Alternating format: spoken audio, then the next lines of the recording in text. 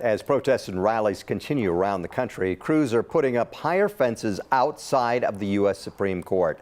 Thousands of people have been there to show support or to show their opposition to the leaked draft opinion suggesting an overturn of Roe v. Wade. The fence is similar to what was set up around the U.S. Capitol last year after the January 6th insurrection.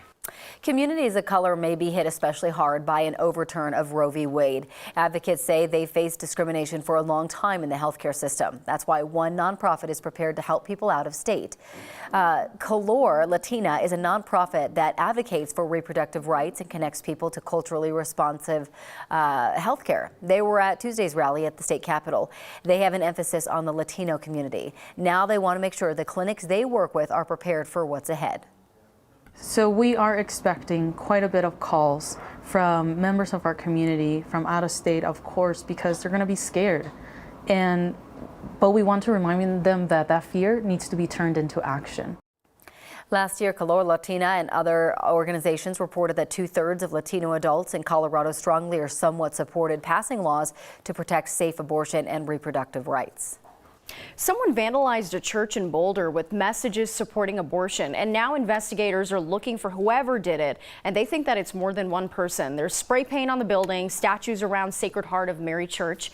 The Boulder Sheriff's Office says the graffiti looks similar to the vandalism on that same church last September, but they don't know if it's related. You can stay up to date on our coverage of the abortion debate and all our other news on our 9 News Plus app on Roku or Fire TV. We just launched this. The QR code is on your screen. It'll take you to the link to download. You can also find it at 9news.com/anytime. Well, today 60 new gates are going to open at DIA. It means more flights and more passengers will be coming through Denver. The Great Hall project is also coming along, and new check-in areas opened last year. Increasing space at check-in areas for Southwest and United Airlines are already done. This project will allow for more flights out of Concourse C. Now, Southwest will operate the new 16 gates out of C. The new gates are more modern. They have a little more additional phone and computer chargers. They have those skylights. DIA will now have a total of 130 gates. Work started on the expansion 3 years ago.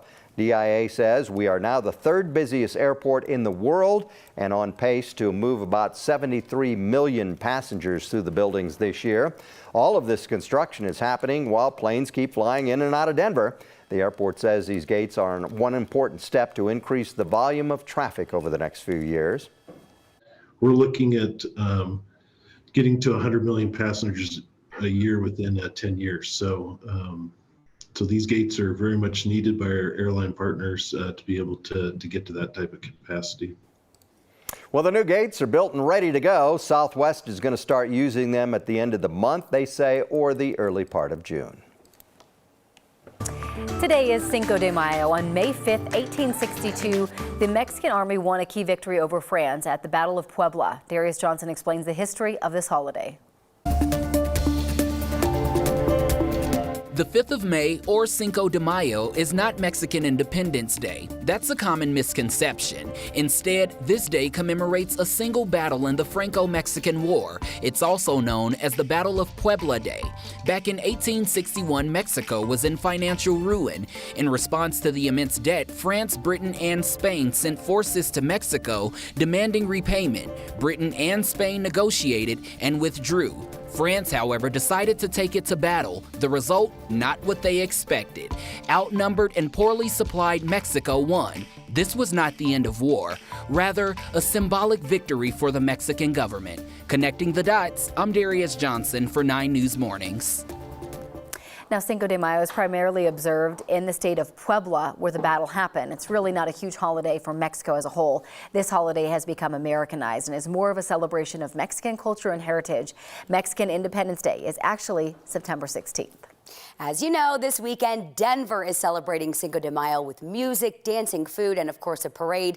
The Cinco de Mayo festival is this Saturday and Sunday at Civic Center Park. It runs from 10 in the morning to 8 at night, both days. The parade starts at 11 o'clock Saturday morning. You can find that route and all the festival details and schedule on our website, 9news.com. Now, Denver police, they're also getting ready for those festivities along Federal Boulevard.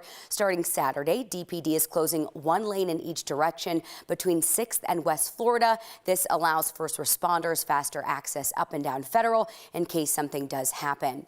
And we do want your help celebrating Cinco de Mayo. We want to know, where is the best place in town to get a margarita? Nikki says she likes Casa Vallarta. Janet loves Los Tarascos in Fort Collins. She says that's the best. Larry says Los Arcos in Westminster. So keep sending in your answers. 303-871-1491. Include your name as well to give you a shout out. We'll keep sharing your responses throughout the morning.